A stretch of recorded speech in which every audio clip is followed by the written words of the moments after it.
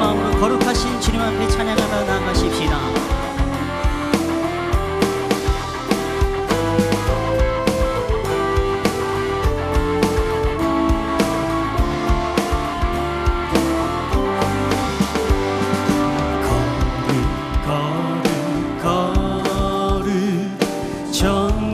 전능하신 주님, 이른 아침 우리 주를 찬송합니다.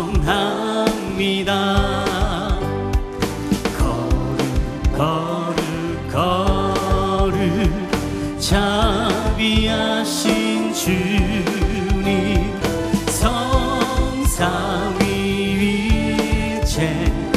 우리 주로다.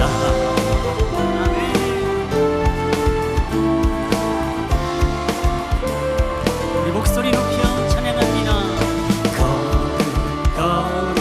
거룩 주의 보좌 앞에 모든 성도 면류관을 벗어드리네.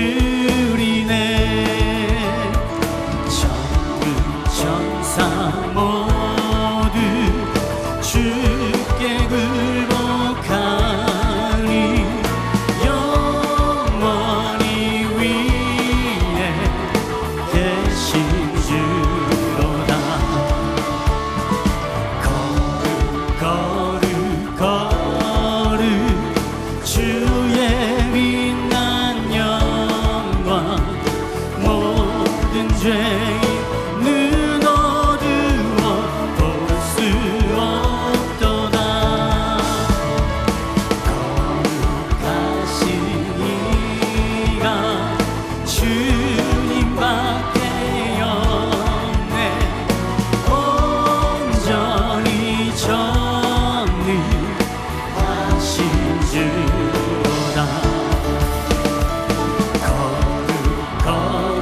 거룩 전능하신 주님, 천지 만물 모두 주를 찬송합니다.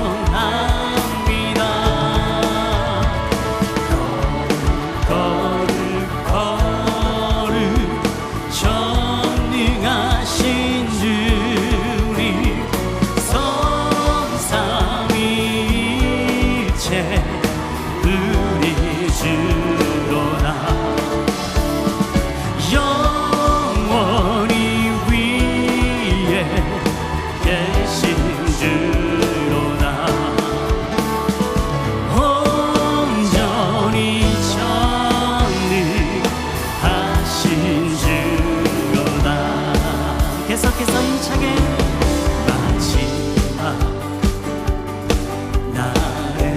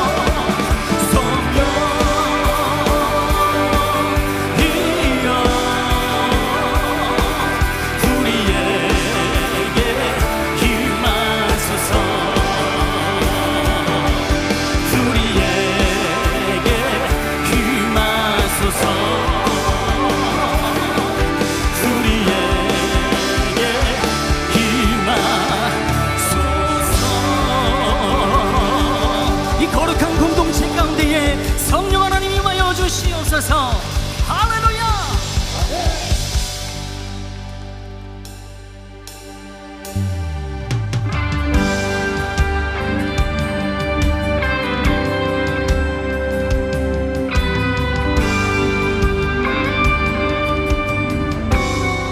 함께 선포합니다.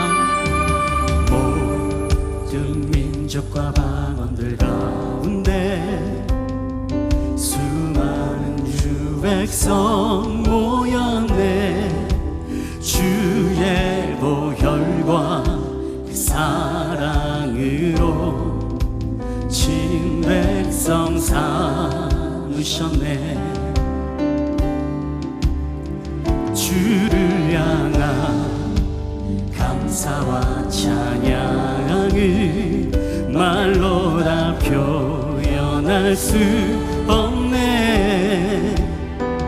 다만 내 소리 높여 온 마음을 다해 찬양하리라.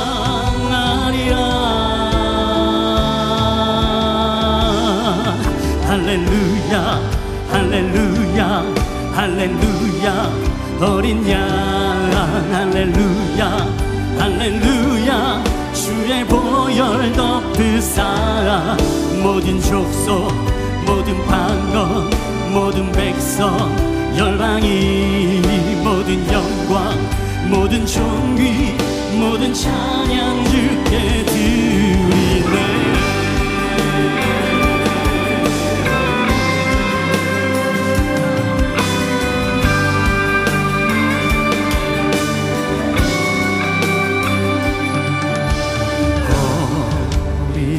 피로 씻어진 우리를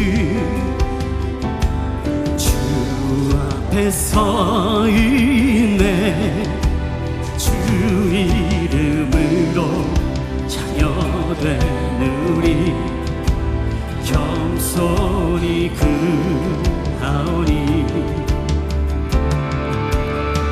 주의 능력 우리에게 베푸사 주더욱 함께 하소서. 그때의 모든 나라 주 영광 보며 경배하리라. 할렐루야 할렐루야 할렐루야 어린 양 할렐루야 할렐루야 주의 보혈 덮으사 모든 족속 모든 방언 모든 백성 열방이 모든 영광 모든 존귀 모든 찬양 주께 드리네. 두 손 높이 들고 찬양하며 할렐루야 할렐루야 할렐루야 어린 양 할렐루야 할렐루야 주의 보혈 덮으사 모든 족속 모든 방언 모든 백성 열방이 모든 영광 모든 존귀 모든 찬양 주께 드리. 할렐루야 할렐루야 할렐루야 어린 양 할렐루야 할렐루야 주의 보혈 덮으사 모든 족속 모든 방언 모든 백성 열방이 모든 영광 모든 존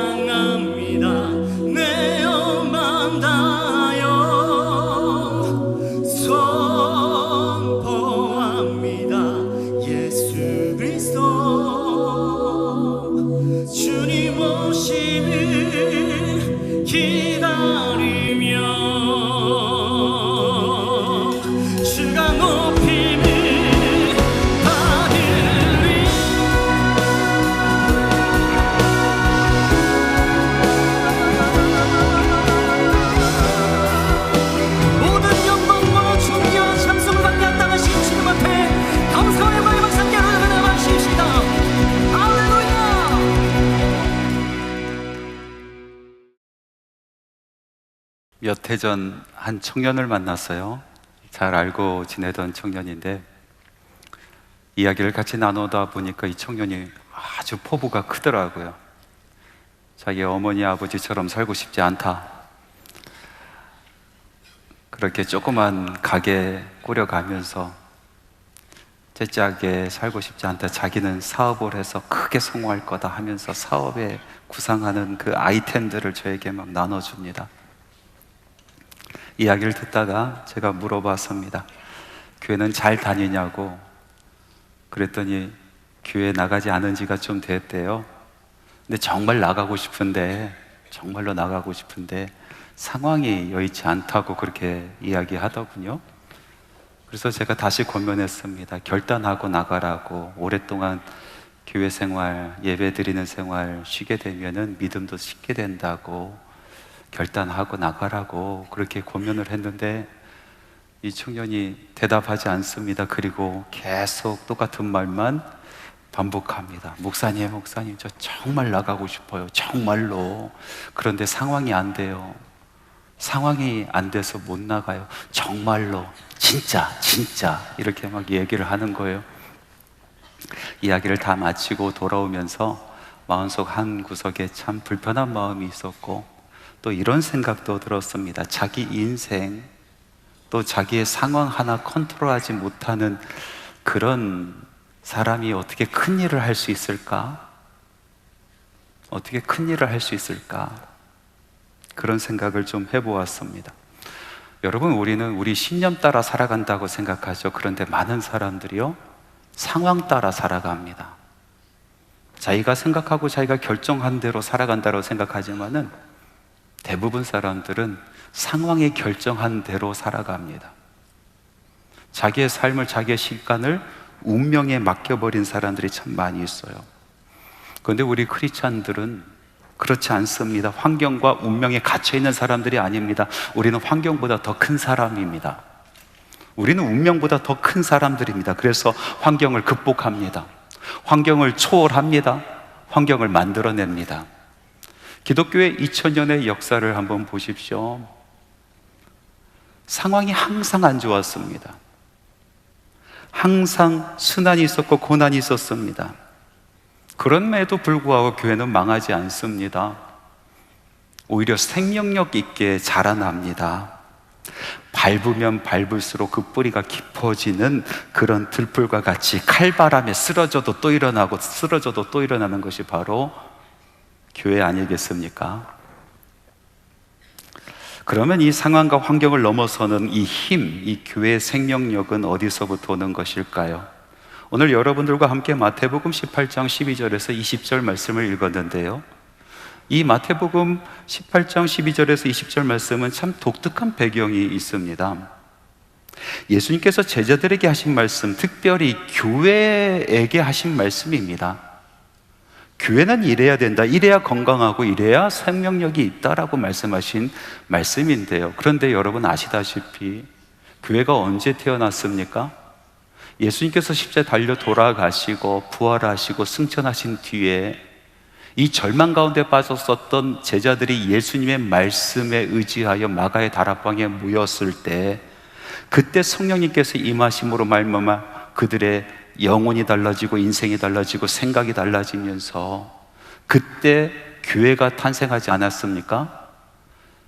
그러고 보면요, 오늘 이 말씀은요, 예수님께서 아직 낳지도 않은 교회에 대해서 말씀하고 계시는 것입니다. 다시 말해서 예수님께서 꿈꾸시던 그 교회, 우리 주님의 심장 속에 있는 그 교회를 펼쳐내 보이시면서 나는 이런 교회를 원한다, 이런 교회가 건강한 교회고 이런 교회가 생명력 있는 교회다, 환경에 굴하지 않고 상황에 굴하지 않고 오히려 듣고 일어나서 더 나은 환경을, 더 나은 상황을 만들어내는 보란듯이 창공을 나르는 생명력이 있는 교회, 이 교회가 이런 모습이다라고 보여주시는 것 아니겠습니까? 그래서 오늘 이 말씀을 통해서 우리는 교회를 생각하면서 특별히 우리 주님의 심장 속에 있는 바로 그 교회, 이 생명력 있는 교회가 무슨 교회인가 말씀을 통해서 다시 한번 깨닫고 그 비전을 다시 한번 우리의 심령 가운데 새기는 시간 되기를 간절히 바랍니다. 함께 읽은 이 본문의 말씀은 세 부분으로 나눌 수가 있는데요, 그 각 부분마다 주님께서 원하시는 교회, 생명력 있는 교회가 어떤 모습인지 알려주고 있는 모습입니다. 첫 번째는 어떤 교회인가? 마태복음 18장 12절과 14절 말씀을 같이 한번 읽어보겠습니다. 너희 생각에는 어떠하냐? 만일 어떤 사람이 양 100마리가 있는데 그 중에 하나가 길을 잃었으면 그 99마리를 산에 두고 가서 길 잃은 양을 찾지 않겠느냐? 이와 같이 이 작은 자 중에 하나라도 잃는 것은 하늘에 계신 너희 아버지의 뜻이 아니니라. 말씀의 의미가 무엇입니까? 아주 작은 사람, 작은 자 하나도 하나님께서는 잃는 것을 원치 않으신다라는 그런 말씀 아닙니까? 여기서 그러면 작은 자는 누구입니까? 원어를 보니까 마크롤이라는 단어를 쓰고 있는데, 이것은 키가 작거나 연령이 작거나 세력이 약하거나 또는 지위가 연약한, 미약한 사람들을 이야기하는 것입니다. 세상 사람들의 눈으로 봤을 때 아주 미약한 사람, 그래서 쓸모없고 가치 없는 것으로 취급받는 바로 그런 사람들을 이야기합니다. 그런 사람들조차도, 그 한 사람도 우리 하나님의 마음속에는 잃고 싶지 않은 마음이다, 너무나 소중하다라고 말씀하는 것 아니겠습니까? 이 말씀을 하시기 위해서 비유의 말씀을 들어 우리 주님께서 말씀하시는데요, 양 100마리가 있다 합니다. 그런데 그 중에서 한 마리가 그 무리를 떠나가 버렸어요. 잃은 양이 되었습니다. 목자는 99마리의 양을 산에 두고 그 잃은 양 한 마리를 찾아 떠나간다라는 말씀입니다. 목자는 그 잃은 양을 찾아 떠나가는 것이 마땅하다라고 말씀하고 계시는 것입니다. 이것은 소극적인 그런 사역이 아니라 적극적인 사역을 이야기하는 것입니다. 소극적인 사역은 양을 잃지 않으려고 지키려고 하는 사역이라면, 적극적인 사역은요, 잃은 양을 찾아 나서는 것을 이야기하는 것입니다. 전에는 소자를 실족하지 않게 하는 것이 전부였었던 사역이었다면, 이제는 실족한 그 영혼을 찾아 나서는 그런 사역, 이 적극적인 사역의 시대다라고 우리 주님께서는 말씀하고 계시고, 그리고 이 귀한 사역을 교회에게 맡겼다라는 말씀입니다. 예수님의 공생애 가운데 예수님께서 많은 사역을 하셨습니다. 그런데 그 중에서도 오늘 읽은 이 말씀, 예수님께서 하신 이 말씀처럼 양들을 내버려 두고 잃은 양을 찾아 떠나가시는 예수님의 모습이 종종 보입니다. 예수님께서는 사마리아로 가셨습니다. 우물 곁에 있는 한 사람을 만납니다. 마크롤입니다. 마크롤. 이 말씀을 담고 있는 것이 요한복음인데, 이 말씀이 시작하는데 이렇게 시작이 됩니다. 사마리아를 통과하여 하겠는지라. 굳이 가지 않아도 될 길, 보통은 돌아갈 길, 우리 예수님께서 의지를 가지고 목적을 가지고 그곳을 가겠다고 말씀하시는 것입니다. 그곳에서 마크로를 만납니다. 작은 자를 만납니다. 사람들이 무시하는 사마리아 사람, 그 중에서 여인을 만나고, 그 여인은요, 많은 다른 여인이 만나고 싶어 하지 않는 그런 인생을 사는 사람이었습니다. 완전히 절망 가운데 빠져 있는, 세상적인 눈으로 봤을 때 쓸모없고 가치 없어 보이는 그 한 사람, 그 마크롤, 이 작은 자를 만나러 예수님께서는 의도적으로, 의지적으로 그곳으로 가셨습니다. 유대의 99마리의 양들을 내버려 두고 잃은 한 마리를 찾으러 떠나가신 겁니다. 또 한 번은 종일 말씀을 가르치시고, 그리고 제자들에게 말씀하십니다. 내가 갈릴리 바다를 건너서 거라사 지방에 가야겠다. 그곳에서 예수님께서는 군대 귀신 들린 사람을 만납니다. 마크로를 만납니다. 작은 자 중에서 작은 자를 만납니다. 이스라엘 사람들이 상종도 하지 아니하는 이방 사람들을 만나는데요, 그 이방 사람들 중에서도 지독히 귀신 들린 사람, 한 마리 두 마리의 귀신도 아니고 군대 귀신 들린, 그래서 그 사람들로부터 소외되고 함께 살지 못하고 무덤가에서 생을 저주하며 살아가는 그 한 사람을 만나러 예수님께서 가십니다. 그곳에 볼 일이 있어서 갔다가 우연히 만난 것이 아닙니다. 의지를 가지고 갈릴리에 있었던 99마리의 양들을 내버려 두고 사탄 마귀에게 뺏긴 한 영혼을 찾으러 떠나가신 것입니다.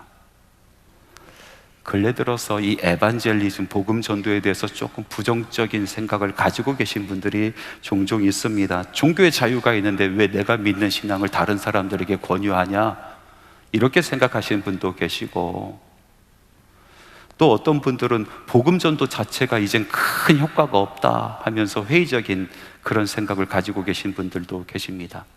그런 거 생각하지 않고 그냥 내 믿음 내가 잘 지키면 되지 하면서 살아가시는 분들이 얼마나 많이 있습니까? 근데 여러분 가만히 생각해 보십시오. 여러분 어떻게 하다가 예수 믿게 되셨습니까? 여러분 어떻게 하다가 복음의 사람이 되었습니까? 누군가 여러분들에게 복음을 전해줬기 때문에 그렇습니다. 에이 목사님 저는요 모태신앙이에요. 모태신앙. 여러분 모태신앙이 어디 있어요? 태어나면서 예수 믿고 태어난 사람이 있어요? 모태신앙이라는 것은요, 예수 믿을 수 있는 환경 가운데 특권을 가지고 태어났다, 그 이상은 아닌 거예요. 그런 가정에서 태어났다고 할지라도 예수 믿게 된 것은요, 누군가가 그 영혼에게 복음을 전해줬기 때문에 그렇습니다. 부모가 전해줬던지, 아니면 선생님들이 전해줬던지, 아니면 함께 신앙생활했었던 선배, 후배, 동료가 전해줬던지, 복음의 말씀을 전해줬기 때문에 오늘날 우리가 예수 믿는 사람, 복음의 사람이 된 것이죠. 전해주지 않으면 어느 누구도, 어느 크리스찬도 정말 예수 믿는 사람이 되지는 못하는 것입니다.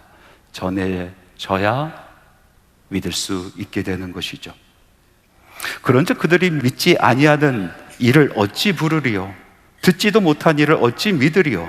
전파하는 자가 없이 어찌 들으리요? 보내심을 받지 아니하였으면 어찌 전파하리요? 기록된 바 아름답도다 좋은 소식을 전하는 자들의 발이여 함과 같으니라. 전하지 않으면 믿을 수 없는 것이죠. 복음전도, 이 에반젤리즘에 대해서 두 가지 우리가 피해야 할 극단이 있습니다. 첫 번째 극단은요, 다른 사람들에게 전하지 못하고 그 복음을 부끄러워하고 그 복음을 전하지 못하는 사람들이 있습니다. 전하는 것은 고사하고 자기가 복음의 사람, 내 심령 가운데 복음이 있다, 예수가 있다, 이것을 사람들에게 말도 못하는 그런 극단적인 신앙생활 하시는 분들이 있어요. 그런 신앙을 우스갯소리로 장군의 신앙이라고 하지 않습니까? 이수신 장군의 신앙. 내가 예수 믿는 것을 다른 사람들에게 알리지 마라. 부끄러워해요. 복음이 있는데 부끄러워요. 부끄러워서 다른 사람에게 전하지도 못합니다.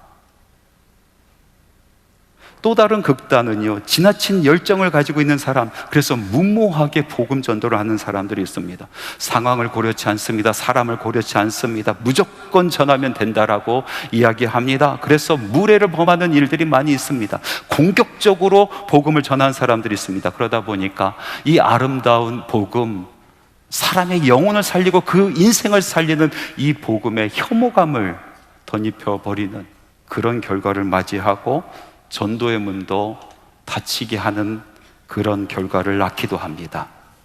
그래서 예수님께서 제자들을 복음의 전도자로 파송하실 때에 너희들은 꼭 이것을 알아야 된다라고 하시면서 하신 말씀이 있습니다. 당부하신 말씀이 있습니다. 보라, 내가 너희를 보냄이 양을 이리 가운데 보낸과 같도다. 그러므로 너희는 뱀같이 지혜롭고 비둘기같이 순결하라. 세상이 그렇게 호락호락하지 않다. 복음 전한 사람들은 순결해야 되지만은 그러나 뱀처럼 지혜로워야 된다라고 말씀하고 계시는 것입니다. 생명 있는 교회, 복음을 부끄러워하지 아니하고 그것을 하나님의 능력으로 알고 그 복음을 부여잡고 살아가며 자랑하며 살아가며 세상 사람들에게 선포하며 살아가는 그 성도들의 공동체, 그것이 바로 살아있는 교회, 생명력 있는 교회인 것입니다. 그런 교회들이 살아납니다. 지금도 그런 교회의 역사가 있습니다. 또 예수님의 말씀에 보니까 정말 생명력 있는 그런 교회에 대한 말씀, 두 번째 말씀은 이렇습니다. 마태복음 18장 15절에서 17절 말씀이에요. 같이 한번 읽겠습니다. 내 형제가 죄를 범하거든 가서 너와 그 사람과만 상대하여 권고하라.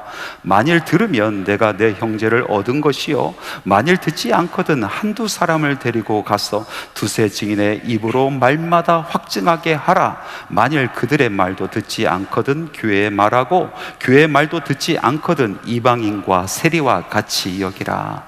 죄를 범한 형제가 있을 때에 어떻게 해야 되는지 예수님께서 하신 말씀인데요, 예수님께서는 교회를 말씀하시고 교회를 생각하시면서 하나님 앞에서 교회가 거룩해야 된다는 것이 너무나 중요한 것으로 여기셨던 것 같아요. 그래서 교회의 거룩성을 지켜나가는 그런 교회가 생명력 있다 하시면서 말씀하시는 말씀 아니겠습니까? 그런데 교회의 거룩성을 지킨다고 해서 죄 지은 모든 것들, 더러운 모든 것을 다 도려내라 라고 말씀하신 것이 아닙니다. 교회 안에는 질서가 있다라는 것이죠. 죄를 범한 형제를 생각하라라는 말씀입니다. 그래서 총 4단계로 그 절차를 이야기하고 계십니다. 첫 번째 단계가 무엇입니까? 죄를 범한 형제가 있거든 개인적으로 찾아가라는 것이죠. 우리에게 못된 심성이 있습니다. 다른 사람들의 그 티를 보면요, 다른 곳에 가서 막 떠벌리고 이야기하고 싶어하는 그런 못된 심성이 있어요. 입이 간질해서 그거 말하지 않고는 내가 견딜 수 없나이다, 이런 정도로. 그런데 예수님께서는 그렇게 하지 말라라는 것입니다. 내가 보았으면은 다른 곳에 가서 이야기하지 말고 네가 직접 가서, 은밀히 가서 그 사람을 생각해서 정말 마음을 다하고 권고하라는 것이죠. 만일 그 말을 듣는다라면 형제를 얻은 것과 같고, 듣지 아니한다라면 그 다음 단계를 소개하시는 거예요. 그 다음 단계는 뭐냐면 두세 사람과 동행하여 말마다 확증하라라고 말씀하고 있어요. 여기서 확증하라라는 말씀은요, 스타테라는 단어를 쓰고 있는데요, 앞에 세우다라는 뜻입니다. 그러니까 말마다 사람들 앞에서 세우라는 거예요. 그것은 주관적으로 판단하지 말고 객관성을 확보하라는 그런 말씀 아니겠습니까? 판단에 앞서서 객관적으로 바라보라는 말씀인 것입니다. 자기 개인적인 생각에서는 분명히 죄라고 생각이 되고 그것은 공동체를 깨는 일이라고 생각이 되지만, 그러나 여러 사람들이 같이 들었을 땐 그렇지 않을 수도 있거든요. 자기가 잘못 판단할 수도 있거든요. 그러니까 두세 사람 함께 갈아서 말마다 그 앞에 세워보라는 것입니다. 객관적으로 다시 한번 보라. 그 판단이 틀릴 수 있으니까. 그런데 그렇게 해서 이 죄악이 발견되었는데도 불구하고 이 사람이 회개치 아니하면 세 번째 단계로 넘어가는 것입니다. 돌이키지 않는 이 형제에게 또 대해야 될 것은 뭐냐면은 교회에게 말하라라는 말씀인 거예요. 우리 예수 그리스도께서 교회의 머리가 되십니다. 모든 영광과 권위가 우리 주 예수 그리스도께 있습니다. 그러나 예수님께서 그 권위를 위임해 주신 7위회가 있습니다. 우리 장로교회에서는 당회가 되겠죠. 우리 주님의 권한을 위임해 주신 그 7위회에 교회에 이야기하라는 것입니다. 그 7위회는요, 모든 절차가 완벽하게 부족함 없이 진행되었는가를 살펴보는 거예요. 그리고 일들이 정말로 벌어진 것인가, 사람들 앞에서 확증한 말들이 거짓이 없는가 다시 한번 살펴보는 겁니다. 그리고 죄악이 있을 때, 더러운 것이 있었을 때 그 사람에게 다시 한번 권고를 하죠. 그런데 그 말도 듣지 아니하면 이제 네 번째 단계로 넘어갑니다.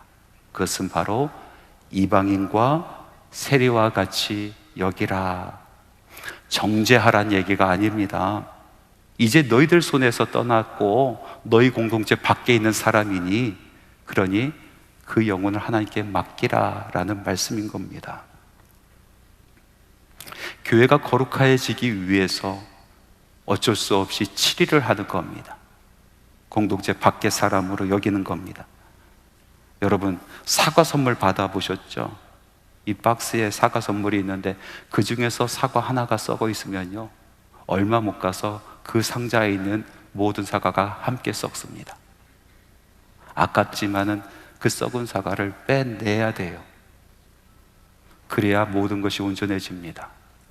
우리 주님께서 교회가 태어나기 전부터 예수님께서 품고 계신 그 심장 속에 있는 그 교회를 보이시면서 교회는 거룩해야 된다, 교회의 생명력은, 교회의 능력은 이 거룩함에 있다라고 말씀하고 계시는 것입니다.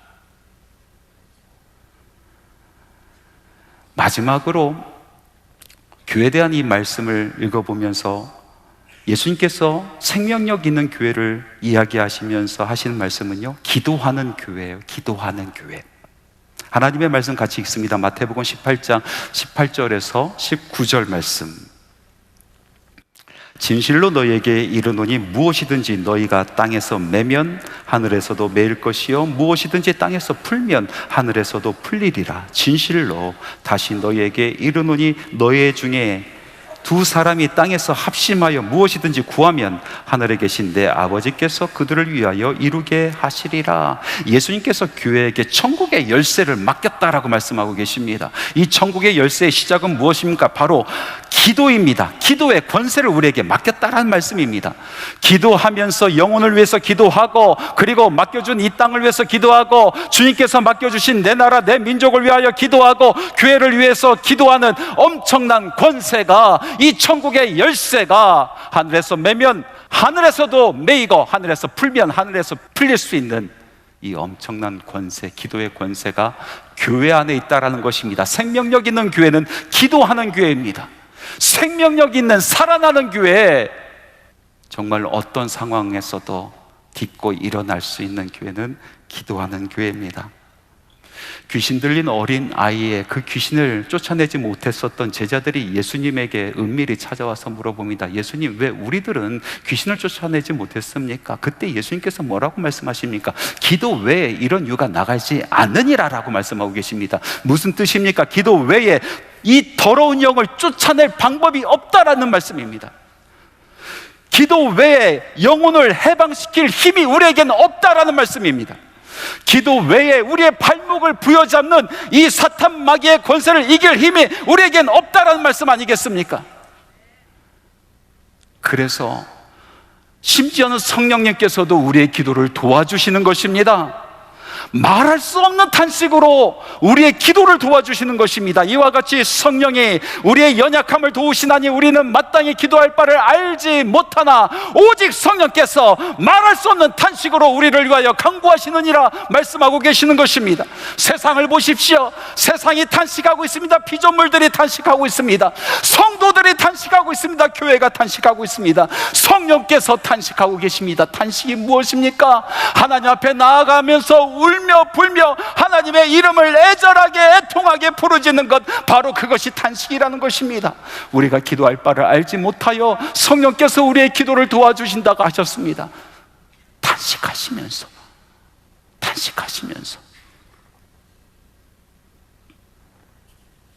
초대 교부 중에서 에바그리우스라는 교부가 있어요. 그 사람의 글을 읽어보면 유난히 강조하는 부분이 있는데요, 그것은 바로 눈물의 기도예요. 눈물의 기도. 이 눈물의 기도가 너무나 필요하다. 이 눈물의 기도는 사막같이 메말라 있는 우리 심령 가운데 은혜의 강물이 흘러가게 하는 기도다. 이 눈물의 기도는 그 은혜의 강물이 사막 같은 그 심령 가운데 흘러가면서 은혜의 꽃이 피고 은혜의 열매가 맺게 하는 기도다. 이 눈물의 기도는 우리를 위하여 간구하시면서 탄식하시는 성령님의 탄식이다라고 이야기하는 것입니다. 오늘날 우리 교회는 눈물의 기도가 필요합니다. 죽은 나사로를 보시면서 그 아픔을 내장에 담으시면서 슬퍼하셨던 예수님의 그 눈물이 필요한 것입니다. 성령 따라 피조물이 통곡하고, 성령 따라 성도들이 통곡하고, 성령 따라 교회가 통곡할 때에 교회가 살아나는 줄 믿습니다. 성도들의 삶이 살아나는 줄 믿습니다. 주님께서 맡겨주신 내 나라 내 민족 이 땅이 살아나리라, 살아나는 줄 믿습니다. 생명력 있는 교회, 정말 살아있는 교회, 어떠한 상황에서도 딛고 일어나 오히려 상황을 바꿔버리는 그 교회, 그 교회는 기도하는 교회입니다. 사랑하는 성도 여러분, 세상에는 많은 교회들이 있습니다. 그러나 그 많은 교회들 중에서 예수님의 심장 속에 있는 바로 그 교회가 있습니다. 생명력 있는 교회. 환경에도 쓰러지지 않고 딛고 일어나 보란듯이 창공을 날아가는 복음의 불꽃을 피워내는 교회가 있습니다. 오늘 예수님께서 그 말씀을 하고 계십니다. 그런 교회는 잃은 영혼을 찾아 나서는 교회다. 그 교회는 내가 준 그 거룩성을 지켜내는 교회다. 그런 교회는 통곡하며 기도하는 교회다. 그 교회가 살아나리라.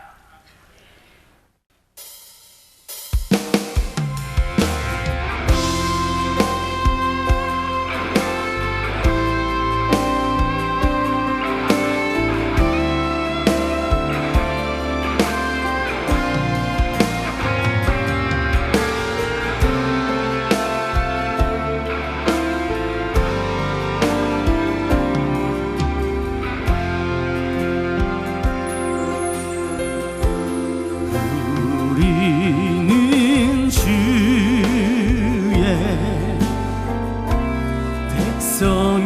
백성이오니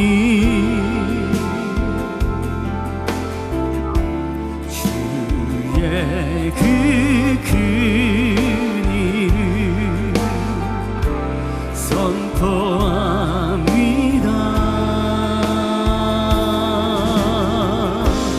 이곳 어두운 세상에 빛으로 부르셨네. 주의 얼굴 구할 때 역사하소서.